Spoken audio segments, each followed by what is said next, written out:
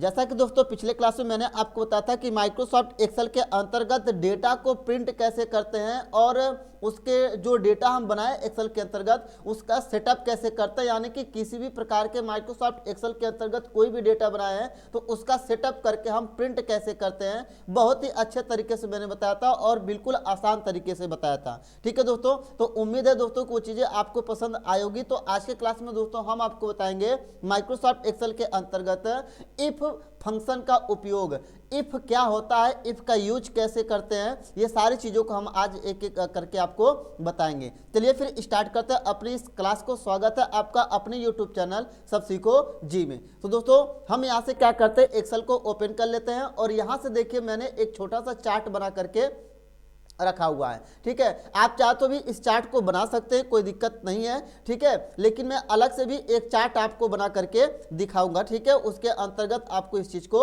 बताऊंगा। यहाँ पे एक छोटा सा मैंने क्या नाम है कि टीम लीडर दिया हुआ है और यहाँ पे प्रोजेक्ट दिया हुआ है और यहाँ पे मैंने इंसेंटिव मतलब कि इफ फंक्शन का उपयोग मैंने पहले से दे दिया, तो इसको मैं कर देता हूँ डिलीट।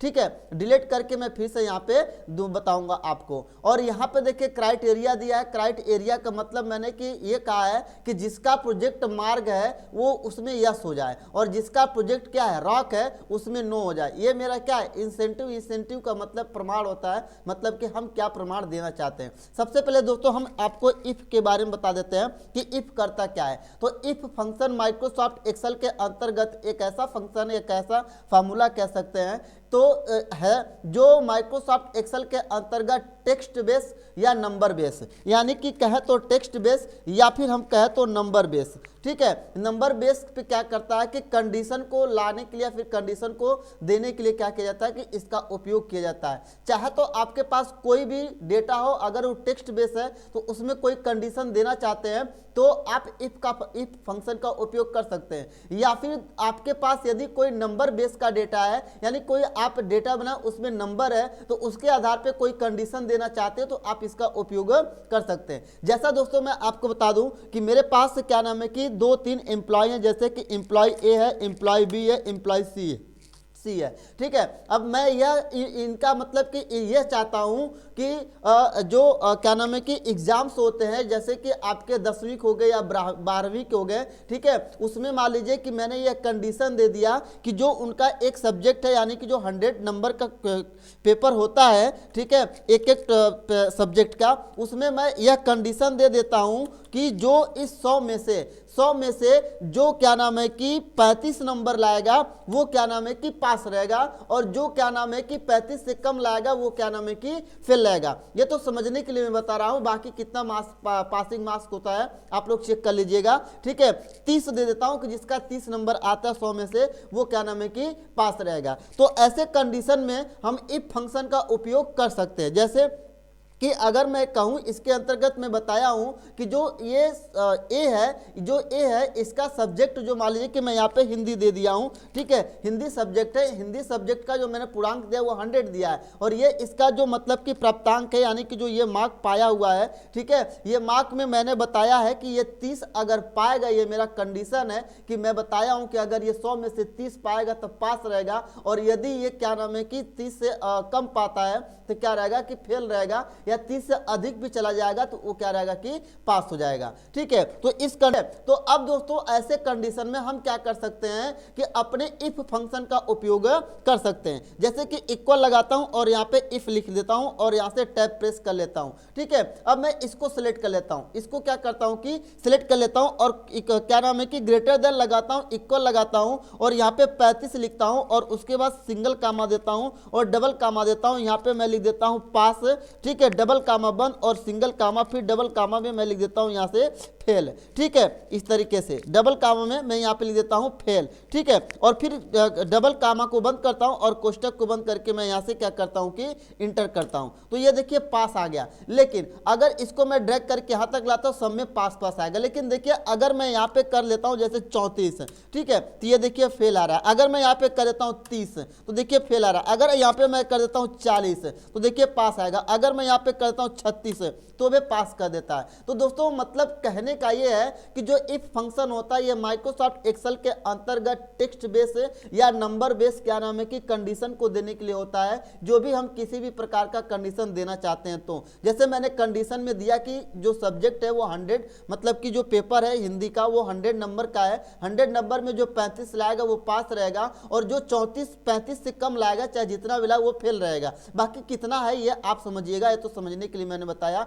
तो यहाँ पे कंडीशन में देखिए मैंने जो फार्मूला लगाया था, ठीक है, कुछ इस तरीके से। तो ऐसे कंडीशन में आप इफ फंक्शन का उपयोग कर सकते हैं, ठीक है। तो यहाँ पे भी दोस्तों मैं जो ये मतलब कि डॉक्यूमेंट ये डेटा बनाया हुआ है, इस डेटा में मैंने ये कहा क्राइटेरिया में कि जिसका प्रोजेक्ट क्या नाम है कि मार्ग है वो यस में आए, जिसका प्रोजेक्ट रॉक है वो क्या नाम है कि नो में आए, ये मैंने कंडीशन दिया। अब इसमें तमाम तरह के लोग हैं, तमाम तरह के प्रोजेक्ट हैं, ठीक है। तो इसके अंतर्गत जिसका रॉक आएगा उसको नो करना है मुझे, और जिसका क्या नाम है कि मार्ग है उन्हें क्या करना है कि यस करना है। तो कुछ इस प्रकार का मैं इफ फंक्शन के माध्यम से इस कंडीशन को दे रहा हूं, ठीक है। तो यह चीजें मुझे देखने के लिए इस चीज को देखना है कि किसका मार्ग है, तो मतलब कि जिसका मार्ग है उसका यस हो जाए, जिसका रॉक है उसका नो हो जाए। इस चीज को देखने के लिए मुझे क्या करना, तो यहां से मैं पूरे को कर लेता हूं सिलेक्ट करने के बाद यहाँ पे इक्वल लगाता हूं और इफ लिखता हूं, टैब बटन को प्रेस करता हूं, ठीक है। और मैं यहां से इसको कर लेता हूं सिलेक्ट करने के बाद मैं क्या लगाता हूं, इक्वल लगाता हूं, ठीक है।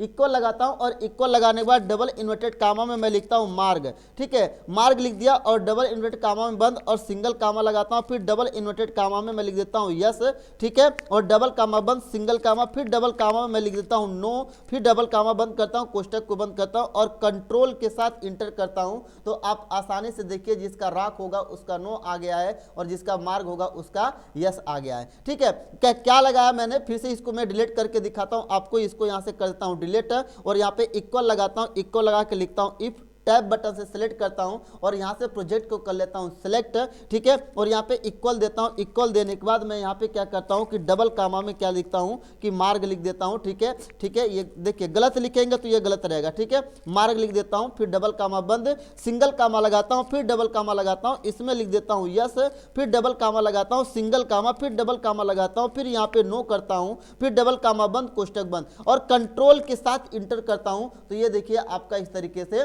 आ गया। अगर दोस्तों मैं यहाँ पे रॉक कर देता हूं, जैसे देखिए यहाँ पे रॉक कर दिया तो देखिए इंसेंटिव क्या दे रहा है आपका, नो दे रहा है। अगर मैं यहाँ पे मार्क कर दे रहा हूँ देखिए इंसेंटिव यस दे रहा है। फिर मैं यहाँ पे रॉक कर दे रहा हूँ देखिए ये आपका क्या दे रहा है, नो दे रहा है। फिर रॉक करूंगा तो फिर दे देखिए नो दे देगा। मतलब कि मैं जिसको भी अपना यहाँ से मतलब कि प्रोजेक्ट दूंगा तो वो प्रोजेक्ट मार्क के अलावा जो कुछ रहेगा वो नो आएगा। जैसे मार्क के अलावा मैं यहाँ पे लिख देता हूँ एलईडी लिख देता हूँ तो देखिए यहाँ पे देखिए फिर आपका ये नो आएगा। अगर मैं यहाँ पे मार्क लिखा तो मार्ग लिखा तो यहाँ पे देखिए आपका यस आ गया। तो ये दोस्तों टेक्स्ट बेस है, लेकिन यहाँ पे देखिए एक और मैं डेटा बनाया हूं जहां पे ये नंबर बेस है। क्या है, नंबर बेस है। अगर मैं चाहता हूं कि जिनका डेटा क्या नाम है कि जो नंबर बेस, मैंने बताया कि इफ फंक्शन का उपयोग नंबर बेस और टेक्स्ट बेस पे कंडीशन को देने के लिए होता है। तो यहाँ पे मैं ये क्राइटेरिया दिया हूं कि जिसका क्या नाम है कि सेल्स क्या है कि ये 1 लाख है तो वो क्या नाम है कि क्या है यस हो, और जिसका 1 लाख से कम हो उसका क्या नाम है कि नो हो जाए। तो हमें इसमें देखना है कि तमाम तरह के ये सेल्स दिए गए हैं,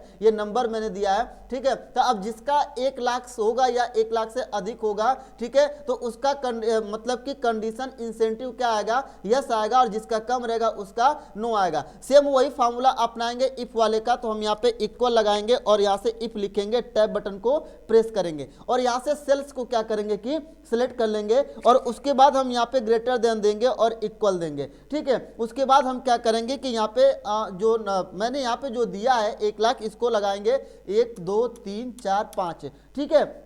उसके बाद मैं सिंगल कामा देता हूं और डबल कामा देता हूं, फिर उसके बाद इसमें यस लिखता हूं, डबल कामा बंद, सिंगल कामा, डबल कामा में यहाँ पे नो लिखता हूं, ठीक है, नो लिखता हूं और डबल कामा बंद, कोष्टक को बंद और कंट्रोल के साथ इंटर करता हूं। तो ये देखिए जिसका ये 1 लाख होगा या फिर 1 लाख से अधिक होगा, जैसे ये इधर का मुंह खुला तो इसका मतलब कि जो इधर की वैल्यू आएगी वो बड़ी आएगी इससे, और ये इधर का खुला तो इधर की वैल्यू बड़ी आएगी, इधर की छोटी आएगी, और इधर बंद है तो इधर की छोटी आएगी, ठीक है। तो छोटी छोटे स्कूलों में बता दिया था पहले से। अगर मैं यहाँ पे देखिए इस तरीके से F2 दबा करके अगर इसमें कोई संख्या और बढ़ा देता हूं, तो अगर ये उससे ज्यादा हो गया होगा 1 लाख से, या फिर 1 लाख हो गया होगा, तो आपका देखिए यस आ जाएगा। ये देखिए आपका नो है। अगर यहाँ पे देखिए यस आया है तो मैं यहाँ पे इसको F2 दबा करके क्या करता हूँ, 2 संख्या कम कर देता हूँ या एक ही कम कर देता हूँ, तो देखिए ये नो हो जाएगा ऑटोमेटिक। मतलब दोस्तों आपको समझ में आया होगा कि जो आपका मतलब कि इफ होता है ये टेक्स्ट बेस और नंबर बेस कंडीशन देने के लिए होता है। तो उम्मीद है कि ये चीजें आपको पसंद आएगी। तो चलिए फिर मिलेंगे नेक्स्ट क्लास में, तब तक के लिए थैंक यू, नमस्कार, धन्यवाद।